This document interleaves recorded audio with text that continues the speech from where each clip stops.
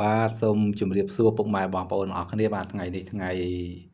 អាទិត្យបាទទី4ខែមករាឆ្នាំ2025បាទថ្ងៃនេះបាទសូមថតវីដេអូមួយដោយសារតែ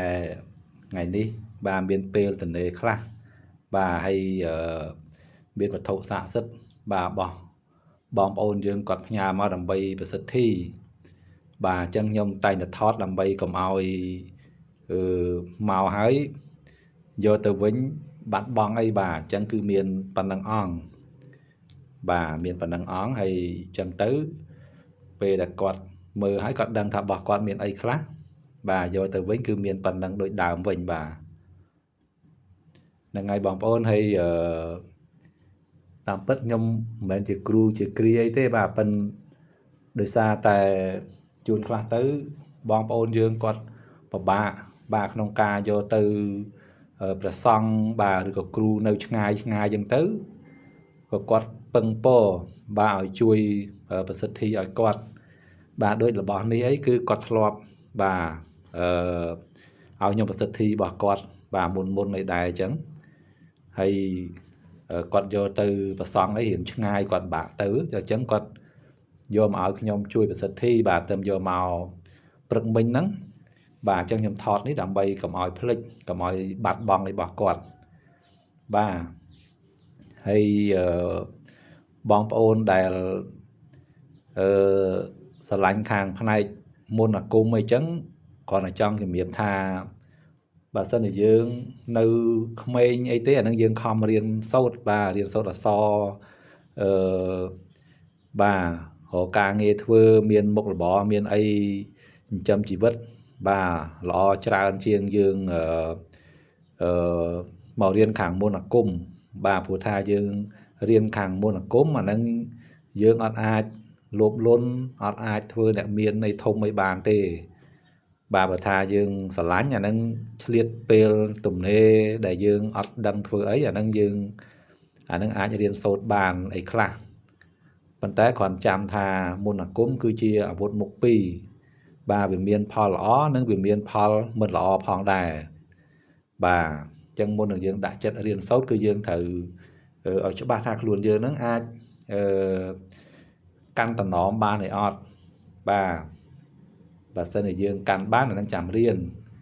ហើយបើសិនជាយើងកាន់មិនបានទេអានឹងកុំរៀនអីបាទព្រោះជួនខ្លះទៅវាធ្វើឲ្យយើងមានបញ្ហាវិញហើយសូមជម្រាបបងប្អូនថាការរៀនមន្តអាគមនេះដើម្បីឲ្យប្រកែបាទគឺគេមានក្បួនរបស់គេបាទមិនដូចយើងឃើញគេបរៀនតាម Facebook តាម YouTube តាម TikTok អីហ្នឹងឃើញគេសូត្រគាថាហ្នឹងយើងចេះតែកត់យកមកសូត្របាទប្រសិទ្ធភាពវាបានដែរមិនថាអត់សោះទេប៉ុន្តែវាបានភាគរយតិចតួចបាទវាមិនប្រកែដូចដែលគេរៀនមានក្បួនមានខ្នាតរបស់គេទេបាទបើគេរៀនមានក្បួនមានខ្នាតរបស់គេអាហ្នឹងបានប្រកែបាទបើសិនជាយើងរៀនតាមបណ្ដាញសង្គមទេគឺវាមិនបានច្រើនទេបាទគឺប្រសិទ្ធភាពបាទមានតិចបាទក្បួនខ្នាតហ្នឹងគឺថាទី1យើងត្រូវមានគ្រូត្រឹមត្រូវបាទមានគ្រូត្រឹមត្រូវមានលើកជាដង្វាយគ្រូបានលើកជាខណ្ឌ5ឲ្យថ្វាយគ្រូបាទគឺត្រូវតែមានគ្រូច្បាស់លាស់អញ្ចឹងយើងមើលទៅ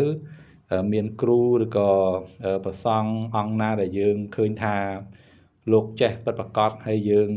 ស្រឡាញ់ជឿជាក់ទុកចិត្តលោកបាទនឹងយើងអាចរៀនពីគាត់បានបាទពីគ្រូជាប្រសក់ក៏បានដែរបាទព្រោះគ្រូជាប្រសក់ខ្លះក៏លោកប៉កែខ្លាំងដែរហើយលោកកាន់តំណមបានដែរអញ្ចឹងបើយើងមើលទៅគាត់ជាបុគ្គលដែលល្អ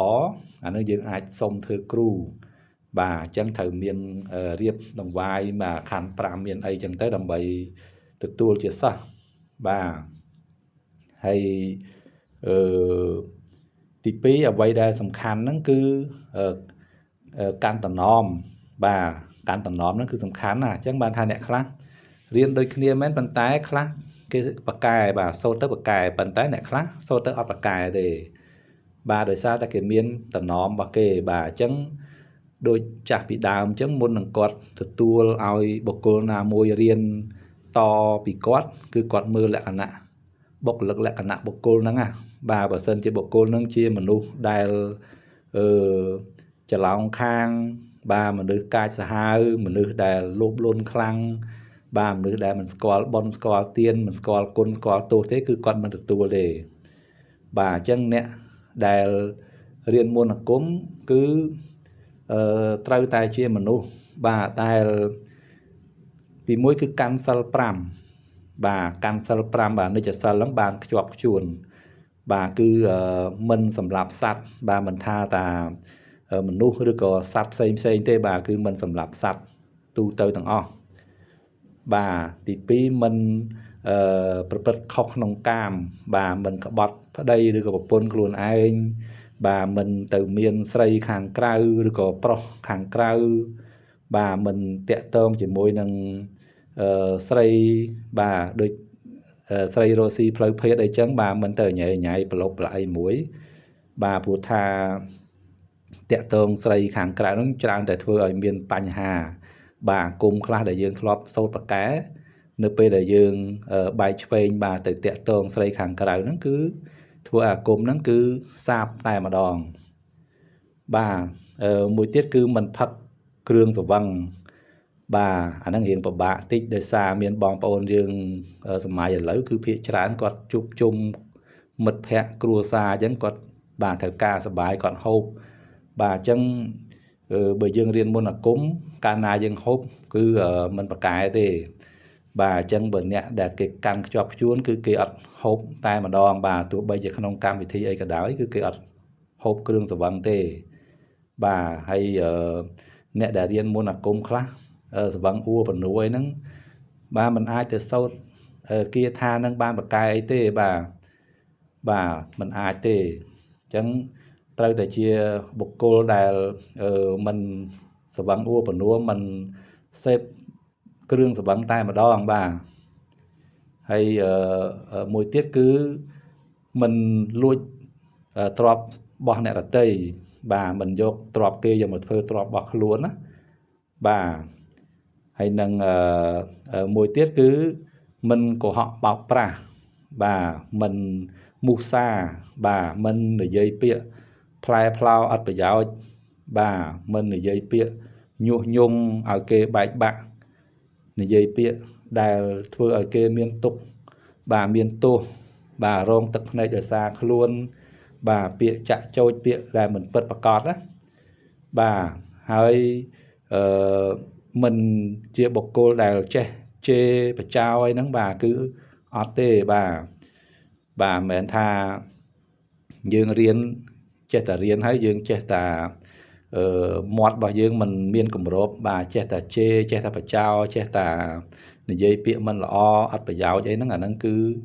ក៏សាបមន្តអាគមដែរបាទអញ្ចឹងបានថាចង់រៀនហ្នឹងគឺយើងត្រូវមានតំណមឲ្យកាន់ឲ្យបានទើបការសូត្រនៅមន្តគាថារបស់យើងហ្នឹងបានប្រកែបាទហើយបុគ្គលដែលរៀនហ្នឹងគឺត្រូវតែជាបុគ្គលដែលមានគុណធម៌មានសិលធម៌មនុស្សធម៌បាទមានសច្ចៈទៀងត្រង់ចេះស្គាល់គុណស្គាល់ទោស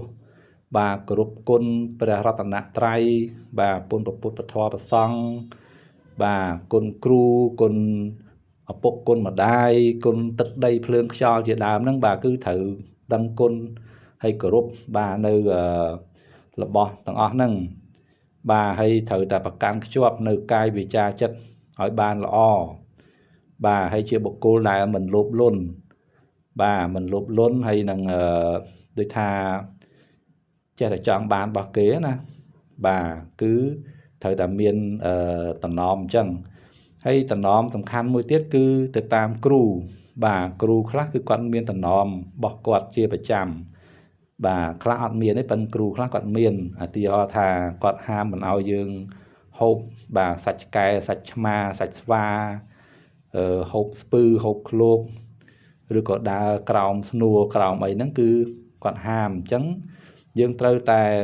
រក្សានៅតំណមទាំងអស់ហ្នឹងឲ្យបានបាទបើយើងរក្សាបានបាទគឺយើងការសូត្រគាថារបស់យើងហ្នឹងបានមានភាពប្រកែស័ក្តិសិទ្ធិខ្ពស់ hay bởi dương ọt tế bà riêng đôi kia mến bắn tá sâu tới ọt bạc cái thì bà hay ở đây là sầm khăn môi tiết bà tị bay nút bà cứ từ bằng bát đại ban là bà chứ cứ dương chạy hai dương thử ở xa sốt phạt chia bà chia 100chia ពិសេស bà riêng រាល់ថ្ងៃសិលហ្នឹងយើងអាសាសូត្រ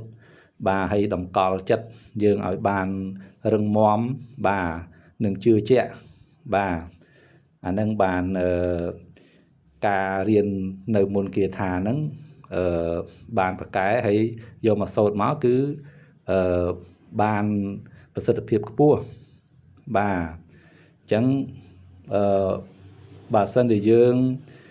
អាចធ្វើបានទាំងអស់ហ្នឹងគឺយើងអាចចំណាយពេលរៀនខ្លះបាទនៅពេលដែលយើងទំនេរបាទសូមកុំយកមុខរបរហ្នឹងយកមកធ្វើជាមុខរបរជាប្រចាំបាទដូចខ្ញុំជំរាបខាងដើមអញ្ចឹងគឺมันអាចខ្លាយទៅជាអ្នកមានអីធំដុំអីទេបាទអានេះគ្រាន់តែយើងចេះដើម្បីសូត្រដាស់របស់ខ្លួនឯងហើយនឹងជួយបាទដល់អ្នកដែលអត់ចេះបាទដូចខ្ញុំអញ្ចឹងគឺខ្ញុំអាសាជួយបងប្អូនយើងឲ្យបានគេផ្ញើមកប្រសិទ្ធិជារឿយប៉ុន្តែជួនណាស់ទៅខ្ញុំក៏អត់បានថតដែរបាទថ្ងៃណាតនេអញ្ចឹងទៅថតទៅថ្ងៃណាអត់ក៏អត់ទៅបាទហើយមិនប្រកបជាតំណឹបជាបច្ច័យអីទេបាទគេជូនអីក៏ចេះតែយកហ្នឹងទៅហើយក៏មិនចង់ឲ្យគេចំណាយបច្ច័យអីច្រើនដែរអានេះដោយសារក្តីស្រឡាញ់ចំពោះពួកគាត់ហើយគាត់ពិបាកក្នុងការយកទៅឆ្ងាយអញ្ចឹងទៅបាទក៏ចេះតែទទួលខ្លះទៅតាមពេលវេលាទៀតបាទពេលខ្លះទៅគឺរវល់អញ្ចឹងទៅក៏មិនហ៊ានទទួលដែរបាទហើយបើពេលណារៀងតនេអញ្ចឹងទៅអាចទទួលបាទម្នាក់ពីរនាក់អីចឹងទៅបាទព្រោះសូត្រនេះមិនមែនស្រួលទេបងប្អូនយើងសូត្រគឺមិនចំណាយពេល1នាទី2នាទីឯងសូត្រចប់ឯងបាទគឺចំណាយពេលយូរបាទដូចខ្ញុំអញ្ចឹងចូល1ម៉ោងឯណោះបាទព្រោះយើងគាថាយដែលយើងចេះយើងសូត្រទៅបាទយើងកុំឲ្យភ្លេចផងហើយដើម្បីឲ្យរបស់ហ្នឹងកាន់តែប្រកែផងបាទហើយអញ្ចឹងបងប្អូនយើងក៏គាត់ចេះតែផ្ញើមកជួយប្រសិទ្ធិឲ្យគាត់ទៅព្រោះគាត់បាក់យកទៅឆ្ងាយទៅអីអញ្ចឹងទៅបាទអញ្ចឹងក៏ចេះតែទទួលខ្លះទៅបាទហើយបងប្អូនខ្លះក៏គាត់បានជូនបាទជូនរបស់របរបាទដូចនេះកតាបបាទនេះកតាបបងប្អូនប្រុសគាត់ជួយគាត់ជូនខ្ញុំបាទ